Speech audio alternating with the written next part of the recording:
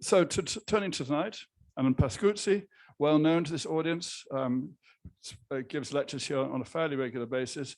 He's our go-to guy if you want to know about how it was done, because as well as being a experienced and high-level art historian, published many books, including his researches into Michelangelo's drawing techniques. Alan, as you probably know, is a working artist, both painter, fresco, and sculptor, using the same techniques as the masters from the Renaissance used. So his particular niche is explaining to us how they did it. So tonight, it's about the large frescoes, which apparently was dirty work. Thank you, Alan. Okay, thank you. I always want to thank Simon for the opportunity to give these talks. It gives me the opportunity to delve into things I never have a chance to really get into. Let's get right into the talk. The title of the talk is Dirty Work, Painting Large Frescoes in the Renaissance, an inside look into the organization and manual labor in producing large fresco cycles in the Renaissance. Now, when we look at large fresco cycles, like if we go into Santa Croce and look up at the high altar of Santa Croce by Agnolo Gaddi, and we look at these amazing frescoes of the Legend of the True Cross, or we go to the Bardi Chapel right next door by Giotto in Santa Croce and admire Giotto's revolutionary style, like in the Death of St. Francis. Or if we go to the granddaddy of Florentine frescoes, Ghirlandaio's the Tornabuoni Chapel at Santa Marinavella, I think, and I'm also guilty of this, when we look at frescoes, we tend to get into the style, the date, stylistic sort of analyses and things like that. And essentially, there's a lot more to it. This is just the tip of the iceberg. Now, the talk tonight, I've always wanted to give this talk because it was when I was painting large frescoes in Australia and also here in Florence, up on scaffolding, almost falling off scaffolding, that I began to realize that there's a lot more to fresco painting that we usually don't see. And this is what I want to sort of bring to you tonight. Now, one of the frescoes I did was for St. John the 23rd in this one chapel in Perth. And it was doing this that I realized that many people don't realize what's behind these works. Now, what are the objectives of the talk? I want to get behind the art history. I want to show the practical side of the production of large fresco cycles in the Renaissance. What did it take? Then I want to reveal the amount of work necessary to complete large frescoes. In other words, to get into the work that no one thinks about. And then finally, I want to explain through a combination of firsthand knowledge, but also primary source documents and letters from the Renaissance to give a 360-degree view of the execution of large frescoes in the Renaissance. Now, what's the sequence of the talk? So you know where I'm going with this. The first section is the artist's formation and role as an entrepreneur.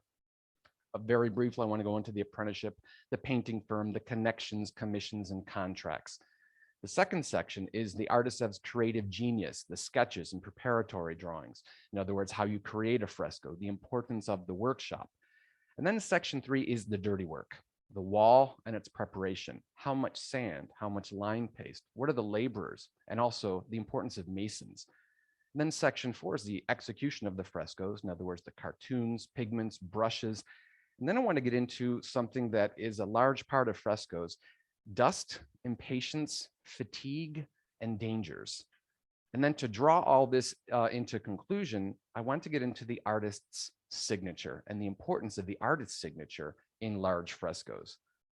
Now, section 1, the artist's formation as a role as an entrepreneur. In order to sort of start this from the very beginning, we have to think of the workshops, the bottega in the Italian Renaissance, as places where people learned how to paint and draw. That's how they trained aspiring youth in the vocation of art. But they were painting firms. Essentially, there was a twofold sort of how do you say, goal for these workshops. They were to give technical proficiency in the materials and artistic training in drawing and painting, provide a total artistic education to prepare for future matriculation into the guild. And they were to train youths to draw and paint specifically like the master, to eventually assist in executing large commissions. That was the painting firm. So yes, they were teaching apprentices how to paint and draw, but it was to help execute large commissions eventually. Now, to give you an example of this, how do we visualize this? It's one thing to say it.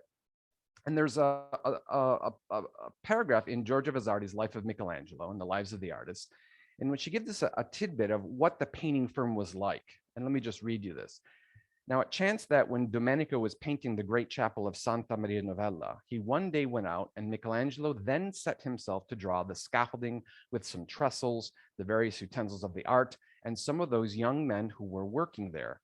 Domenico, having returned and seen the drawing of Michelangelo, exclaimed, "This boy knows more than I do." Now, this is mainly to try and show Michelangelo being the boy genius. But what does he do? He shows us the painting firm at work, the scaffolding, the trestles, the utensils of art, and those young men, which were the apprentices that were being trained to paint and draw, but also to paint and draw like Ghirlandaio to help him paint large frescoes. Now, if we look at the workshop really quickly, and if we look at the organization, it starts with the master. The master is the top of the pyramid. Then you have the collaborator assistants, the people up on the scaffolding, and then the intermediate apprentice, and then the beginning apprentice. And one of the best examples of this and best sort of visualizations of this is this sort of woodcut from the time period, which we see the master right in the center, the secondary apprentices doing portraits, and then the other ones usually, and also the small little one down below who's actually drawing the master as he was painting, exactly like Domenico Ghirlandaio said that Michelangelo did. So this was the organization. This was the painting firm. Grinding pigments, okay, making brushes. This is how it all worked. Now, how do we look at this as a business? The artist is an entrepreneur. Painters like Giotto, Masaccio, Ghirlandaio sought out large commissions, in other words, for money for the painting firm. Now, these large commissions earned a lot of money, but they also took more money to execute. If anyone's ever conducted large commissions or large projects, sometimes you break even. But it's better to do them than to not do them, because there was an opportunity to train apprentices, show their skills, gain notoriety, and make more contacts for more commissions. So Ghirlandaio doing the high altar of Santa Maria Novella was definitely one of the best ways to publicize himself. Now, the best commissions for large frescoes were the fresco cycles in churches. They were for the wealthiest of the families, private chapels, burial tombs. These public works allowed the maximum exposure for artists and his skills that, like I said, could bring more work. And it's no coincidence that the best artists of the time period, Giotto, Paolo Uccello in the Duomo, the John Hawkwood Monument, Masaccio, Ghirlandaio, all did the largest frescoes, okay, in these churches. And we're still talking about them precisely because they did these large frescoes in these churches. Now, when you look at the whole series, as we get up to the dirty work, so to speak, the demands of the patron, once the connection is made with the patron, you have to have the location of the work. And essentially everything about the work, all the elements, is eventually drawn up in a formal contract between the patron and the painter. Now, what's an example of this for the Tornabuoni Chapel? And I'll be using the Tornabuoni Chapel as an example. This is some of the snippets from the contract itself. This is Giovanni Tornabuoni writing this in Latin, and he says, "The fresco must include figures, buildings, horses, birds, and beasts of any and all types." But then he also gives the sequence of how this is all going to happen.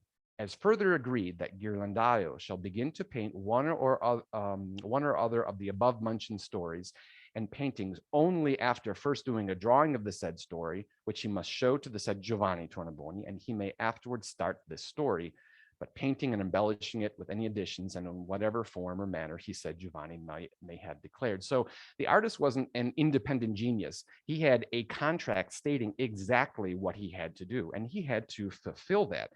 If he had to put a giraffe in the frescoes, as Giovanni Tornabuoni said, he put a giraffe in there. And this is one of the giraffes that we've talked about in the past about that was in Florence in the 1480s. So Ghirlandaio was forced to do everything that Giovanni wished, putting horses, okay, people, gowns, everything in the frescoes as well.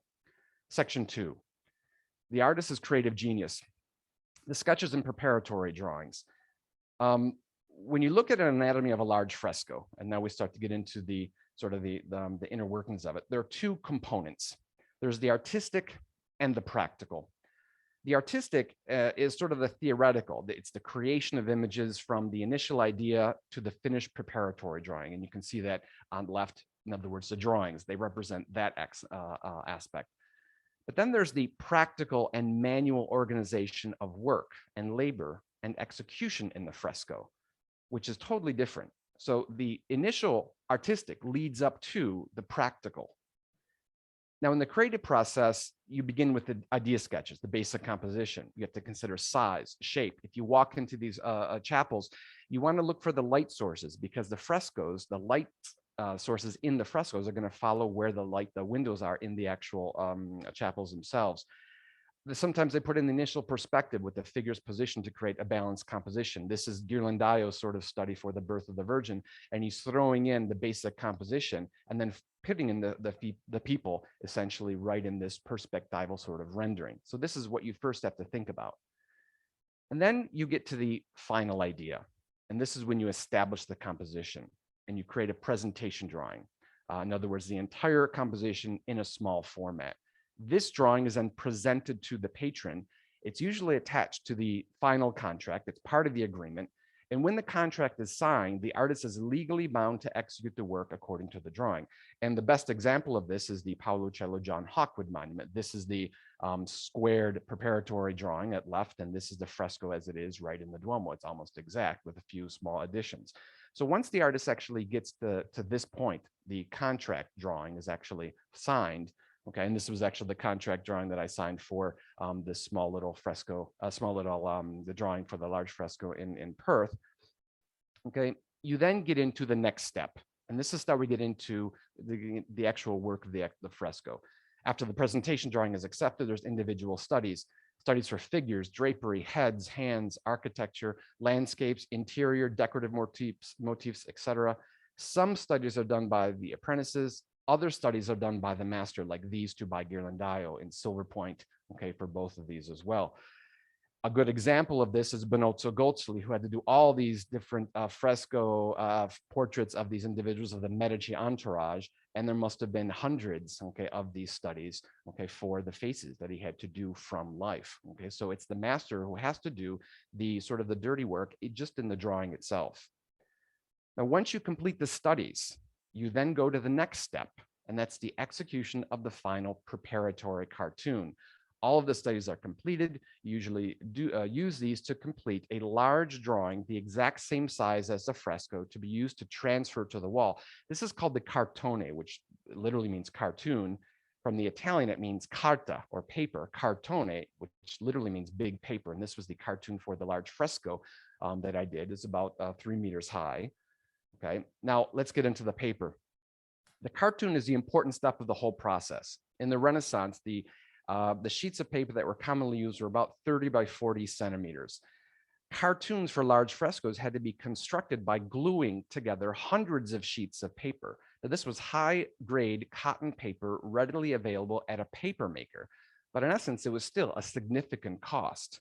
In fact, the paper for Michelangelo's cartoon for the Battle of Cascina, okay, we know that was one of the first things he bought, okay? And upon receiving the commission in 1504, Michelangelo goes to a paper maker to buy paper. In fact, we have the documents from this, the payment records, and I'll read you them, to Bartolomeo di Sandro, paper maker, lire sette, for 14 large pads of royal Bolognese sheets for the cartoon of Michelangelo. And then he actually pays someone to glue it all together for him, to Piero d'Antonio, who glued the paper for his work for 5 lire for helping to glue the cartoon that Michelangelo is making. So one of the first things you have to do is glue the pieces of paper together. Okay, and this is the first, the full-size cartoon based on the small preparatory study. And essentially, you have to glue the pieces of paper together to make a big, huge sheet of paper. And you have to hang it up on the wall, which is not the easiest thing to do, especially in a small studio. Now, we still have some of these cartoons. They're very rare. One of the best examples is Raphael's cartoon for the School of Athens, which is in Milan. Absolutely fantastic. And this is rare because they usually burn these. They usually get rid of these. These were working drawings. This is entirely pricked for transfer, but you can still see, if you look very close at this, all of the various pieces of paper glued together, which is a masterwork in itself. Okay, this is an integral piece of one piece of paper, so to speak. So they do exist, and there's several of them still around in various museums.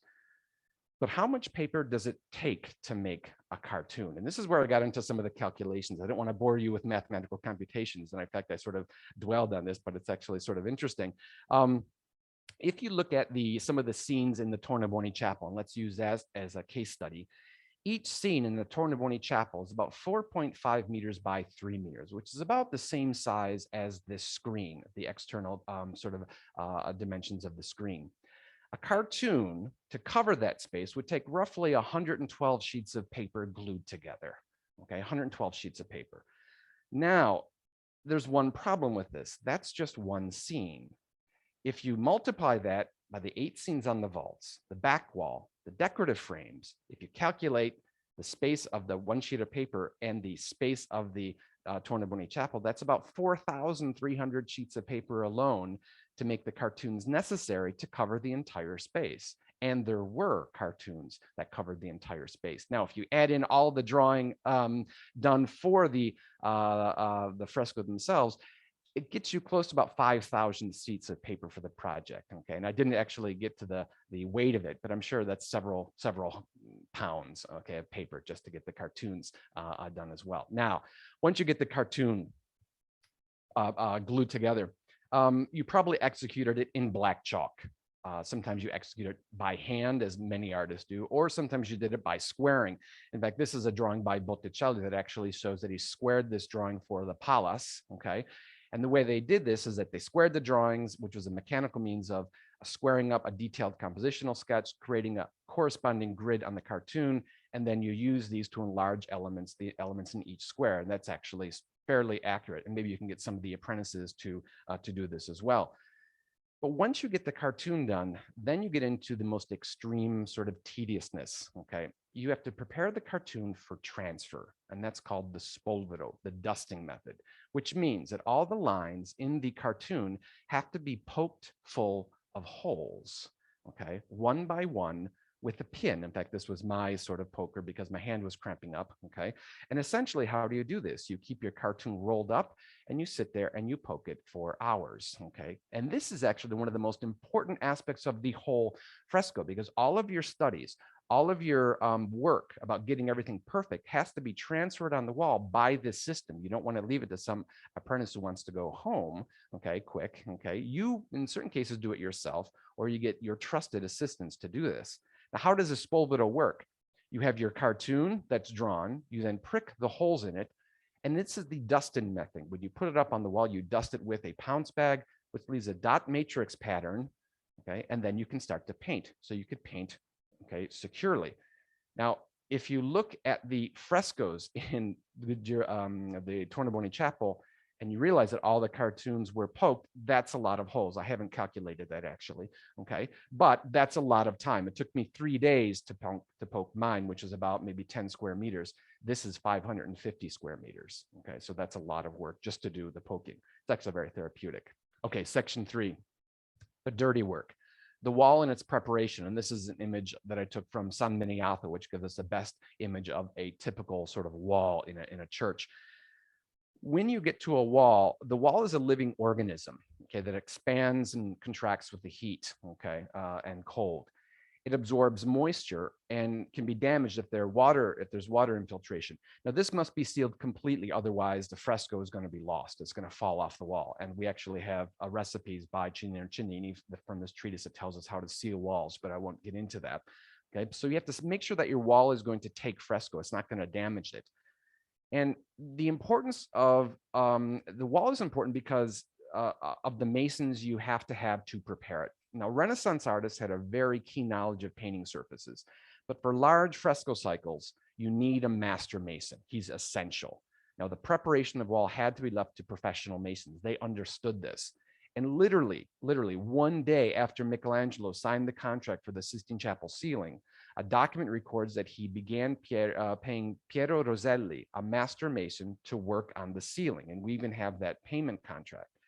And it says, I'm going to read it to you. I, Piero, son of Jacopo Roselli, master mason, have received today, this May 11, mentioned above, from Michelangelo the sculptor, 10 gold papal ducats to roughen the ceiling of the Sistine Chapel and to prepare the surface in anticipation of laying the intonaco and to do that which should be needed in the chapel. In certain cases, the real heroes of these large fresco cycles, yes, they're the artists, but it's also the mason, because the masonry is still there after 600 years, which means that they did a good job. Okay, now, the importance of a good mason. This is my mason, Joe, okay, who actually is a Calabrian, who actually lives in Perth. And the importance of a mason is extremely, it's essential. He has to know the materials. He has to know the mortar. He has to know the wall. And also he has to prepare you to do your own work. And that takes know-how. Now, what do you have to understand? The materials.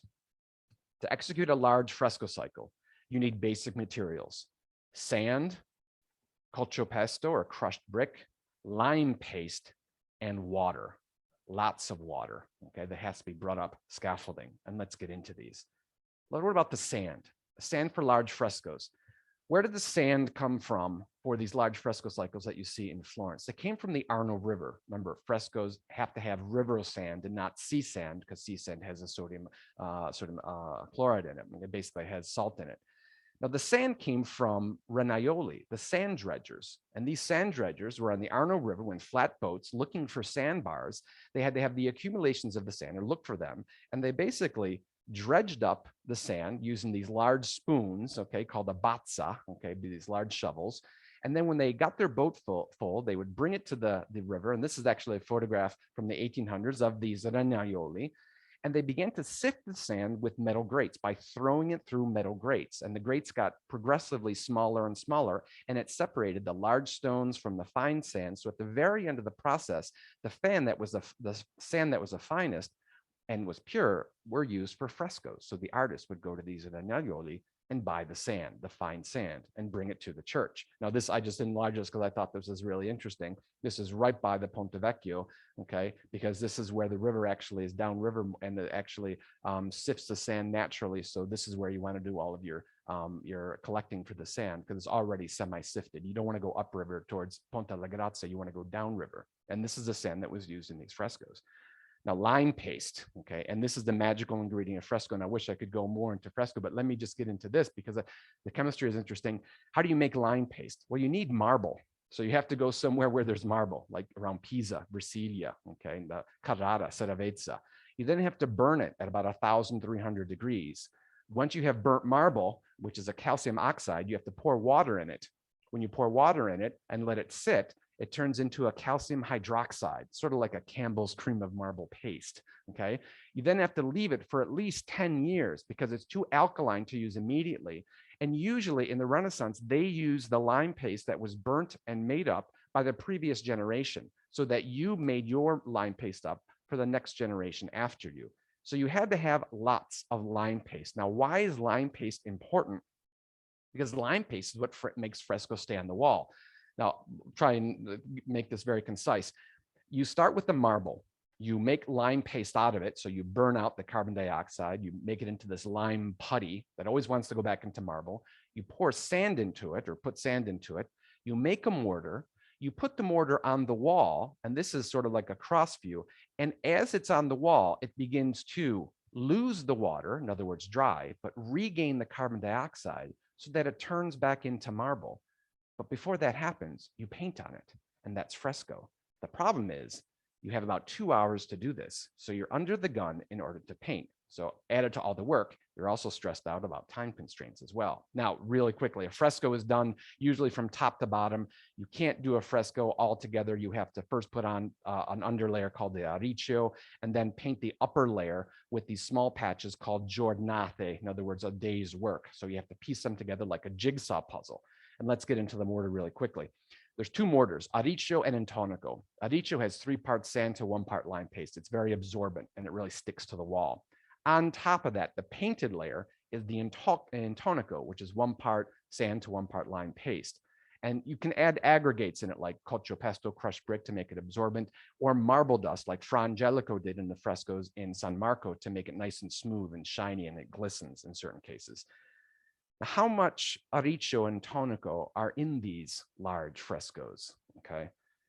If we take the calculations for mortar, and you get these from masons, let's use a 1 by 1 square meter sort of reference, okay? So we're doing this 1 by 1 square meter. If we look at 1 square meter, okay, of mortar, of the arriccio for a fresco, it takes about 20 kilos of sand and 10 kilos of lime paste. That's just the arriccio. The intonico for 1 square meter is 15 kilos of each. Now, knowing this, you can sort of reverse technology, okay, and try and find how much sand and lime paste these artists took. In the Bardi Chapel in Santa Croce, there are 170 square meters. That would be about 5,900 kilos or 13,000 pounds of sand. Lime paste is about 4,200 kilos, 250, which is about 9,000 kilo of lime paste. That's a lot of marble to burn up just for 170 meters. Now, this is a small chapel. What about the granddaddy of them, okay, in Santa Maria Novella? There's 5,900 square feet of surface that's painted. That's 550 square meters. Total amount of sand, 42,000 pounds on the wall there. It's amazing these walls are still standing. Total amount of lime paste is 30,000 pounds. So that's like 70,000 pounds of material on the walls spread out very thin. And the mason did a great job because it's still standing. It's still up there as well. So that's just the masonry. In modern day terms, just to bring it to our terms, that's like 770 sacks of sand, 25 kilos, or 550 buckets of lime paste of 25 kilo. That's a lot of sand to cart in, okay, as well. Now, scaffolding. Scaffolding was probably the most expensive aspect of the entire project. The Tornabuoni Chapel is 80 feet high to the capstone in the center of the vault. The scaffolding had to allow the painters to paint the highest points of the chapel and reach the side walls as well. You had to have the room for materials, assistance, and also be safe and secure.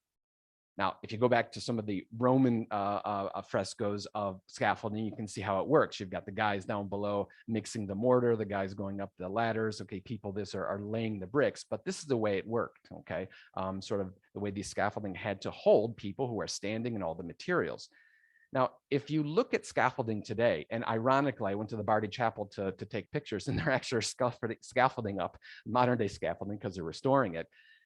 Modern day scaffolding is constructed with metal poles. It's inexpensive, easy to make, carry, mount, and take down, okay? But in the Renaissance, they had to use wooden beams. And ironically, when I peeked through the little curtain there and they were doing the restoration, I found that they still are using some of these beams that you can see in some of the manuscripts from the Middle Ages of fresco painters. Now, when you look at these wooden beams, you're wondering, well, what are they used for? Well, in certain cases, they were inserted right in the wall. In fact, if you look closely at the Bardi and also the Peruzzi Chapel, you can still see the holes where they inserted the beams, where they laid planks on them and actually painted. They put the mortar in, and eventually that fell off because that was the last mortar that they actually put on. But if you look very closely, you can see exactly where the beams were inserted into the wall for the scaffolding. But Renaissance scaffolding, the beams had to be strong enough to sustain the weight of assistance, materials, sand, water, and the movement of workers. And mainly it's the movement as well. Now, where do you get the trunks for the wooden beams for scaffolding? Well, in the Renaissance, if you're Ghirlandaio, the large tree trunks came from the Casentino region and the Mugello upriver. Okay, the trees were cut by the woodsmen and put in the water and guided by Foderi, who guided the tree trunks all the way down the river. Now, these tree trunks were gathered right in Piazza Mentana. In fact, you could still see the large outcropping where they stopped with all the logs, okay? Then oxen actually pulled them into the Piazza Mentana, where the Piazza Mentana is today. And this is where the woodcutters began to do their work. So the wooden beams were produced by the most important artisans of the Renaissance, the woodworkers and segatori, the woodcutters. The segatori sawed the tree trunks into beams for carpenters and for scaffolding, and the beams were purchased by the artist to make the scaffolding and put up, and then they could actually start to paint. Now, the organization of workmen halfway through, so far, paper makers, renaioli, segatori, foderi, carters, oxen, manual laborers for the scaffolding, masons, and apprentices, and we haven't started to paint yet. Now, the execution of the frescoes, okay, we're getting into it. And forgive me for putting these photographs of myself in this talk. These are the only photographs I could use to really sort of show these things. I'm not that narcissistic, believe me. This was a photograph of me working when I was working. I turned around one day and I realized I was up pretty high. So this is actually, okay, the highest point of the fresco when you start. But if you look at some of the scaffolding specifically for Santa Croce, I don't know if you remember in 2012 when the scaffolding was up and you actually got to go up. This was a scaffolding for some of the restoration when they were doing it, okay? That's pretty high. That's like 80 to 90 feet. So you have to imagine that the artist every day had to climb up, and this is what it looked like when they were up there. These are actually some of the restores on the scaffolding, and you're looking down. Now, if you forget something down below, you've got to go down a lot of steps in order to pick it back up. And if you don't, it's better if you don't have a fear of heights as well. So this is what the scaffolding was like. This was the reality of it, okay? Now, when you get your scaffolding up and you're up there, what's the absolute first thing you have to do? You've got your wall prepared. What's the first thing you have to do? You go to Cennino Cennini's Craftsman's Handbook of 1399. What does he literally say? The first thing to do is to begin taking measurements and find your absolute vertical and horizontal lines. Take all of your measurements carefully, snapping lines first, getting the centers of the spaces, then compose the scene or figures with charcoal or also with red paint, and also keep your areas in scale and regular. So what does this mean, snapping the lines? Snapping the lines is literally taking a string, a plumb bob with pigment on it, and snapping against the wall. If you go up to San Miniato, you can still see the snapped lines in some of the unfinished frescoes. These are the lines right there. And this is exactly what it's saying. You snap your lines, get your verticals, and then you can start to compose your scenes. In this case, the artist never got to do the actual fresco. So you can actually see these. It's one of the first things. Now, why is this so important? Because when you're looking at a fresco cycle with 80 feet high walls, okay, you have to make sure that your lines are straight. That's one of the first things people see if the lines aren't straight. Once you get your straight lines, which is very difficult when they're 80-foot straight lines, and also get your horizontals as well. Now, how did you use these straight lines? You use them in the following manner. Once you fix your cartoon, and this is the fresco that I did, you fix your cartoon, you find your vertical center of your cartoon, and then you have to register it. You register it by these little windows in the cartoon of your absolute vertical on your fresco that has to correspond with the absolute vertical line of your cartoon. And that's the only way to keep your cartoon straight and also your fresco straight as well. And you have to make sure that every time you use the cartoon, it's always registered. And this takes sort of skill and also patience in order to get this done. So you have to imagine that for every fresco scene in Ghirlandaio's high altar of the Tornabuoni Chapel, there were cartoons that were attached and also snapped and also registered in order to get them straight so they couldn't start to become crooked as well. So we have the wall, we have the cartoon. Now you can begin to apply patches of intonaco, pounce in the cartoon, and painting in the fresco. What do you paint with? Okay, what did the painter use? He can now pull out his painter's sort of education. You use brushes and you use pigments. Well, where do you get your brushes? You get your brushes from wild boars. Cennino Cennini, in his Craftsman's Handbook, says, first, get bristles of a white hog, for they are better than black ones, but see that they come from a domestic hog, extremely important. Then make little sticks of wood and tie up little bundles with double wax thread, and you create your boar's hair bristle brushes. Now, these are important because boar's hair bristle brushes are the only types of hairs that stand up to the mortar, because the mortar has sand in it. It's like painting on sandpaper, and you need a bristle, okay, a hair of a white hog that's going to stand up against this rough mortar as well. What do you paint with? The natural pigments, and this is a whole talk in itself. You've got your earth green with your burnt umber, yellow ochre, ochre rosso, your blue, which could be lapis lazuli, white. These all have to be prepared. How do they prepare them? You get your grunt workers, your laborers, your apprentices to grind them, in certain cases for days, so that they're fine enough so that when you apply them to the wall, they're going to get absorbed into the drying mortar as well, which is extremely important, because if they're not ground fine enough, they're not going to get absorbed as well. Now, the painting process, again, is a long process, but the concept is the day's work. You have your cartoon, you pounce your cartoon, and essentially you start at the top. Okay, this was the sky. Then you get into the face, okay, the body, piece by piece until you finish the fresco. And you do it with these giornate, these days' work. In the Tornabuoni Chapel, the working days are about 250 working days. Okay, that's almost a year of painting. Okay, 1 day. So it's 1 day of painting and maybe 2 days of preparation. And if you can count the day's work, okay, in other words, the patches of plaster, you can determine with absolute accuracy the basic time it took to actually produce these frescoes in itself. Now let's get to the sort of the psychological aspect of fresco painting. Dust, impatience, fatigue, and danger. Dust. On the 10th of June, 1508, Paris de Gracis, the master of ceremonies at the court of Pope Julius II, writes a really nasty letter complaining about Michelangelo's Sistine Chapel ceiling. And he writes, the vespers of the vigil of Pentecost, in the upper sections of the chapel, the scaffolding was being constructed, causing a lot of dust, and the carpenters did not stop as I ordered, and the cardinals complained of this. You have dust falling on them as, okay, they're at mass. Okay, so frescoes create a lot of dust, okay, whether you're making scaffolding or you're actually painting. It's dirty work. impatience. And you have to forgive me for using an image from the Agony and the Ecstasy from Michelangelo, and it was the best one I could find. Okay, in the Ascanio Candivi's Life of Michelangelo, when Pope Julius II asked Michelangelo when the ceiling would be done, Michelangelo just responded, "When I can." But then the Pope said, "You want me to have you thrown off the scaffolding?" Because he wanted it done immediately. So you usually have people waiting, okay, sort of for these things to get done. And this actually adds a little bit of pressure, okay, as you're actually painting. Fatigue.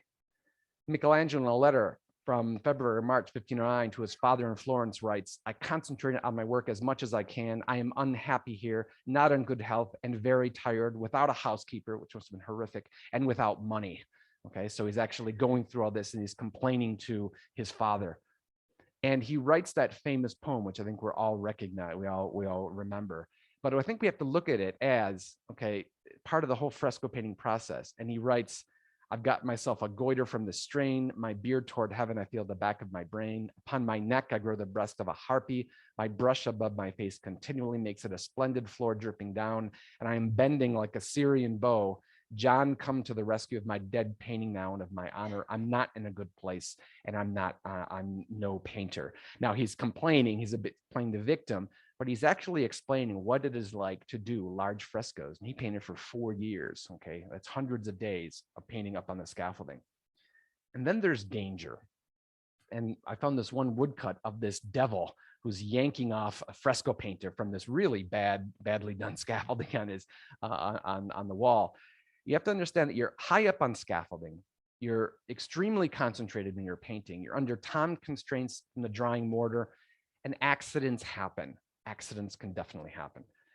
In fact, there's a magnificent sort of illuminated manuscript from the Cantigas dedicated to King Alfonso, these Spanish poems.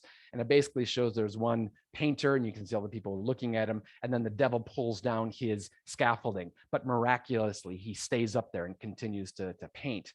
But the problem is that miracles usually didn't happen. In fact, we know that Bartolomé Murillo, okay, the great Spanish painter, died in 1682, several months after falling from scaffolding when he was working on a fresco in a convent in Seville. We even know that Michelangelo fell off the scaffolding, had to drag himself back to his home, and he was laid out for about 2 weeks until he recovered in order to get back into painting the Sistine Chapel ceiling as well.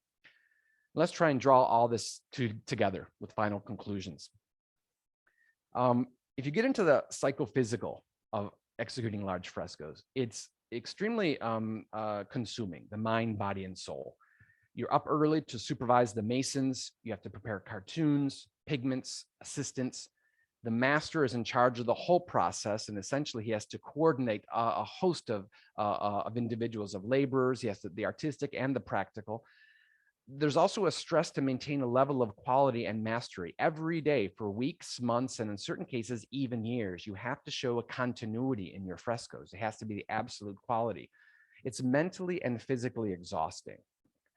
Now, when you look up at it, and this is just as you're painting, you're up on scaffolding, you're putting down a patch of plaster. You have to get it done. It has to be perfect. It has to join up with a previous day's work. You've got your studies, you've got your pigments, your light sources, and they probably painted by candlelight.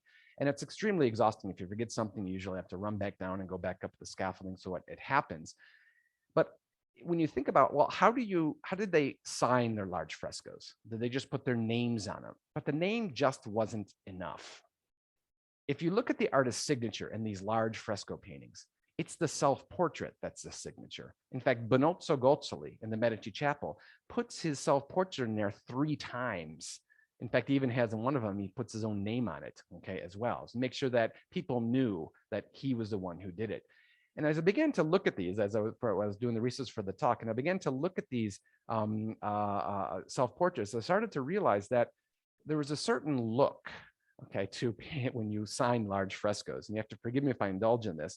When I was taking selfies of myself in front of my frescoes, and this is when I was working about 15 hours a day and drinking coffee every 2 minutes to keep myself going, okay, I started to realize that, yeah, there's that sort of disconcerted, sort of fatigued look, okay, in Benozzo Gozzoli's eyes. And then I started to look at other fresco painters' self-portraits, like Masaccio, who just looks plain angry, okay, in his frescoes in the Brancacci Chapel, or Piero della Francesca's. in the high altar of San Francesco in Arezzo, Benozzo Gozzoli, or even Signorelli in the Orvieto frescoes. The only one who looks somewhat sort of happy is Raphael, okay, in the Stanza della Segnatura, sort of smug, okay, sort of, okay, I did this. But there's that fresco sort of cycle painter's look, okay, in a certain case. And why? Why would you put this in a fresco? And it's a portrait for posterity. And if we go back to Domenico Ghirlandaio, who signs the high altar of Santa Maria with his own self-portrait, and he's literally pointing to himself. But in essence, he goes back to the initial sort of concept that I went to. He shows the whole firm. He shows his brother David, who was like the brains of the organization, Alessio Baldovinetti, who was his mentor and master, which he definitely called in for help, and also Bastiano Mainardi, his sort of helper as well. And he puts them all in there. Well, why does he put them all in there? It's because they went through the dirty work to create the large frescoes. The conceiving of commissions, executing studies, making and drawing cartoons, dredging sand, burning marble for line paste, cutting trees, sawing trunks to construct the scaffolding, organizing apprentices, assistants, papermakers, masons, woodcutters, carpenters, laborers, taking hairs from wild boars, making brushes, grinding pigments, dealing with impatient patrons, and all working months on end in dangerous conditions. Thank you. Thank you. Well, Alan, that was amazing. I think you can tell from the response that people are absolutely fascinated by that. It's a miracle they ever got done. Yes. But we'll just have a look. Here's the Zoom people come to join us. That's lovely to see you all. As always, we'll do the Q&A. And so in the room, if you put your hand up, I'll bring the microphone to you so people can hear you. And if you're on the Zoom, there's two ways you can do it. You can put a comment on and I'll in the chat and I'll read it out for you. Or if you want to talk to us, wave and unmute and we'll hear you in the room and all over the world. Okay, Jan at the back is desperate to have a first go. I'll take it down there. Desperate, yes. So when you pounce your image, I noticed in the cartoons that you showed that there was a lot of shading to get the three-dimensionality. Right. When you pounce those shading lines, are you pouncing just the outline? Are you pouncing the whole zone? And when you're on the scaffolding painting, because you can't step back to see that three-dimensionality, right, how do you translate the depth, knowing that when you make a curved surface, it's darker on the edges than it is in the middle? Okay. How do you communicate that through a pounce? Oh, okay. And I have a couple of other questions too. Sure. Okay, the Raphael cartoon that I showed you, in certain cases, if you've ever been to the National Gallery in London, there's that famous cartoon for the Madonna on St. Anne. And usually the cartoons were means of, they were drawings, they were large drawings. In fact, that's actually pricked for transfer. What they would do, in fact, this is what I've done, is that you can't obviously pounce gradations of tonality, but you have to pounce the absolute sort of the chiaroscuro, in other words, the volumes. Now, when you're painting, that's where the art comes in. You know that you have your dark areas and your light areas in between. That's where you're going to have to do your shading. Now, the thing with fresco is that it's very difficult to scumble, is that the technical term, in other words, to gradate. And that just comes in with the knowledge of the actual fresco painting technique. You're also working with your drawings. So you've already worked it out in your drawings. In fact, some of Michelangelo's drawings for the Sistine Chapel ceiling literally have splotches of paint on them because he had them right up with him. So you'd never get to see the whole thing until you take away the scaffolding. In fact, the Sistine Chapel, I think we all know, is that when he took down the scaffolding from the first part, he realized that it was painting too small. And the second half of the chapel, he realized that he had to paint larger figures and fewer figures. So sometimes you just don't see until you take the scaffolding down, which is, it's a good question though.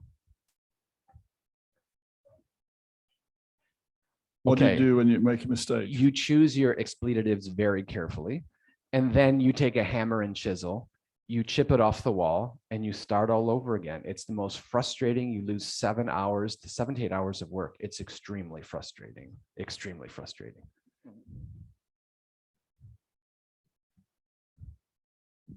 Thank you, Alan. Marvelous talk as ever. Just on the Sistine Chapel, you mentioned snapping lines on the frescoes that are on the walls, but when you're, and you have the Michelangelo perm, when you're on your back, how do you manage the process of snapping lines? Snapping when, you know, it's the ceiling. I'm just intrigued as to how does that work?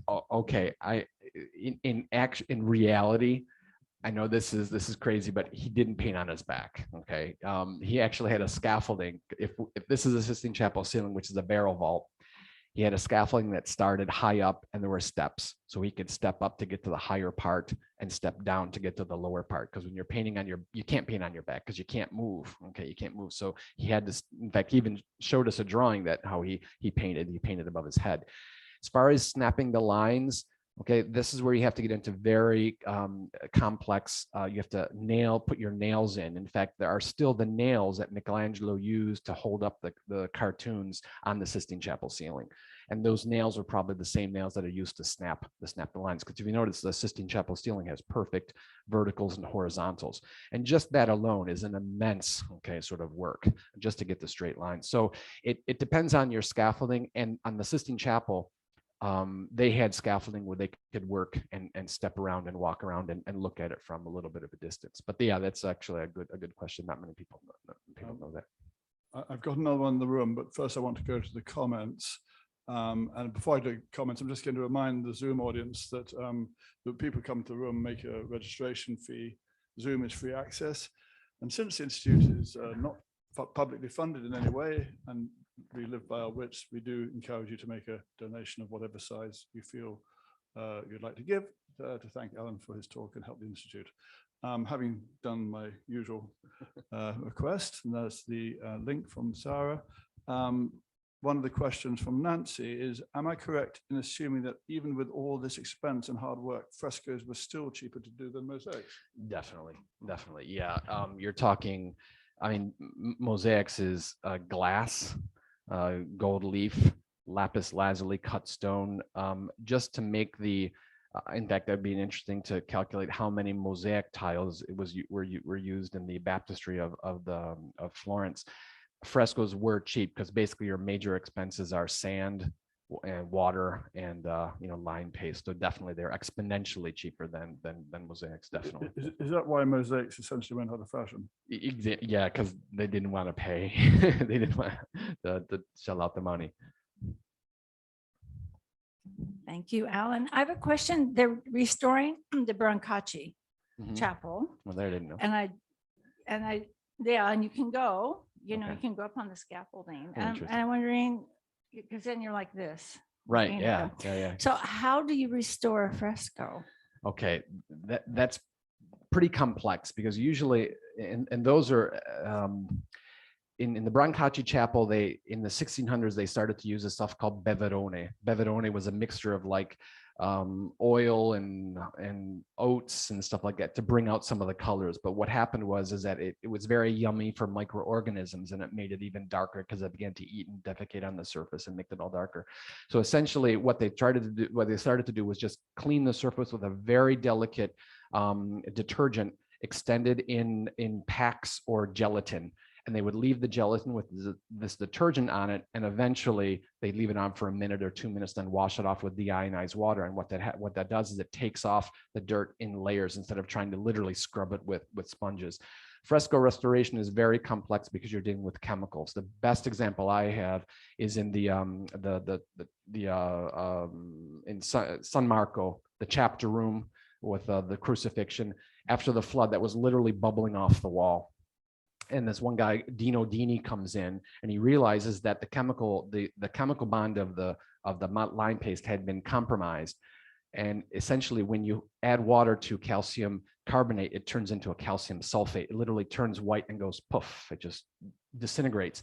So he, I think, came in with ammonium sulfate, and he painted ammonium sulfate on it, which turned the calcium sulfate back into calcium carbonate, and he literally recreated the fresco, the process, the chemical process, and that's why those frescoes are still there today. Now, today they've done lots of different stuff, but it can get very complex. It depends on the damage and also the area where you're working. What went wrong with Leonardo's Last Supper? Do you know? Oh, that one, it was Leonardo who just botched the whole thing. I mean, essentially, the Santa Maria delle Grazie, what the wall, he made a mistake, because if this is the wall for the Last Supper, he didn't realize that on the other side of the wall was the kitchen for the monastery. So when they lit the fires, the wall was going to expand, and then when they turned the fires, when they extinguished the fires, it was going to contract. He mortars it for fresco, but he couldn't paint in fresco because he was too slow. So what does he do? He puts a layer of gesso on it, which is usually for panel paintings. And then he started to paint on it with pigments that were mixed with some sort of a binder. We're not really sure.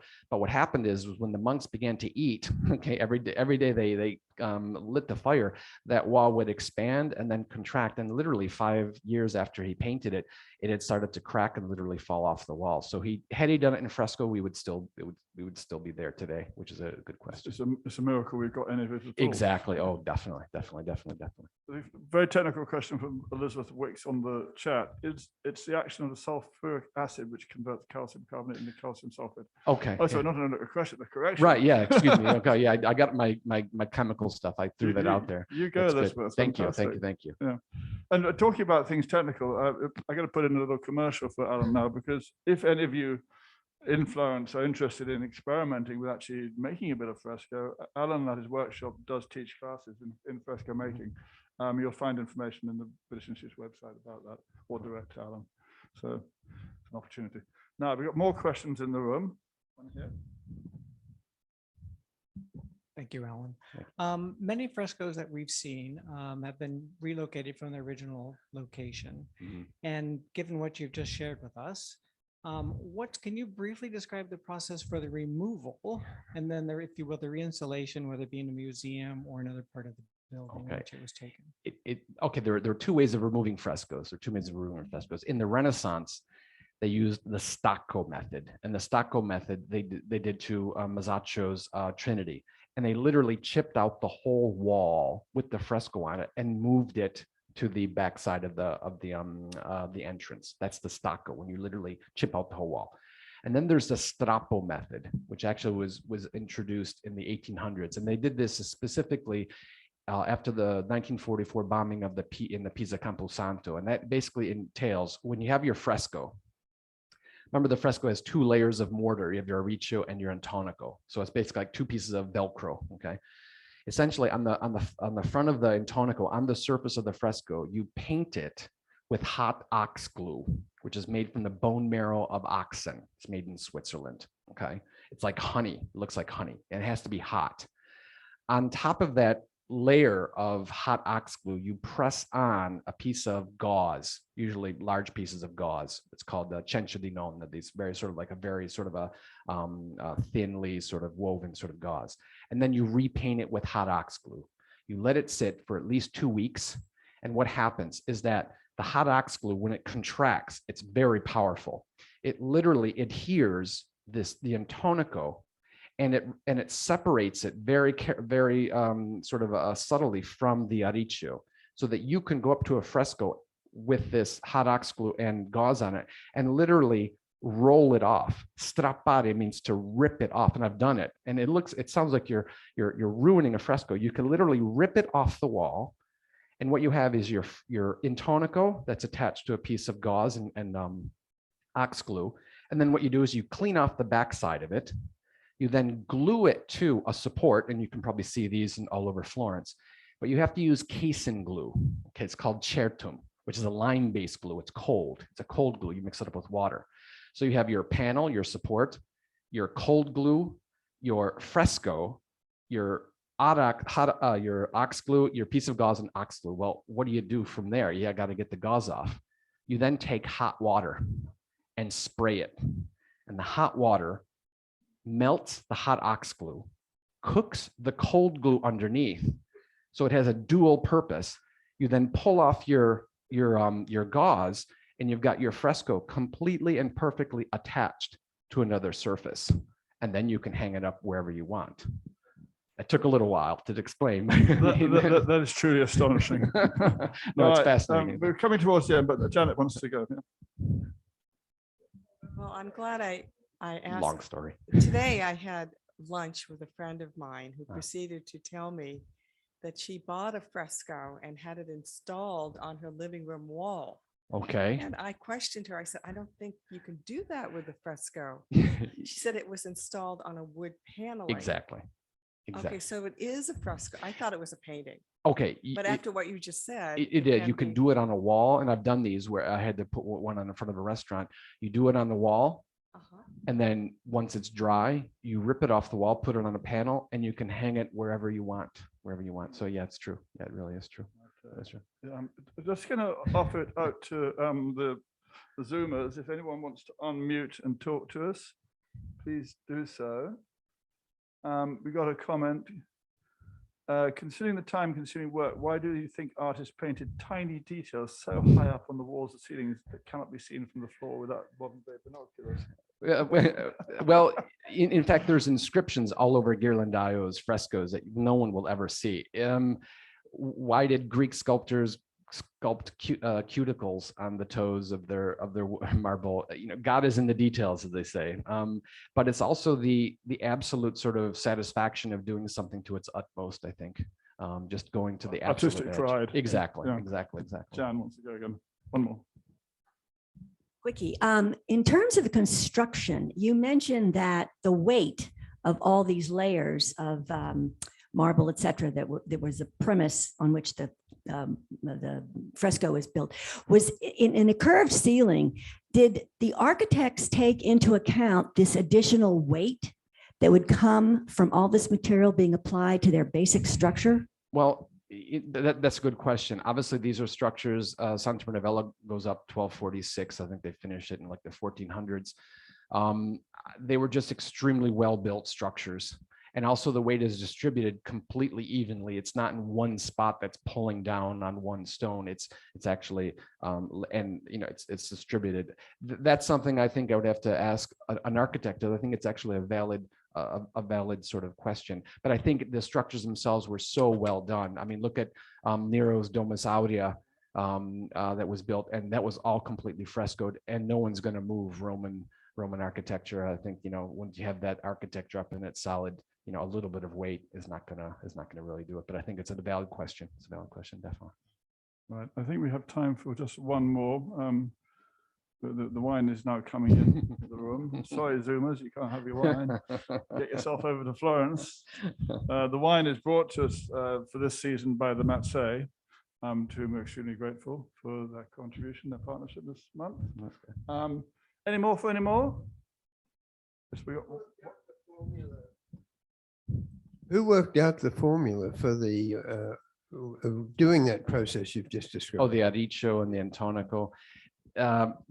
If you go back to Vitruvius writes in his 10 books on architecture how to mix up mortar. And in actuality, there's 5 different types of mortar, and he spells it all out. So even the Romans, but the Etruscans were doing it, the Greeks before them.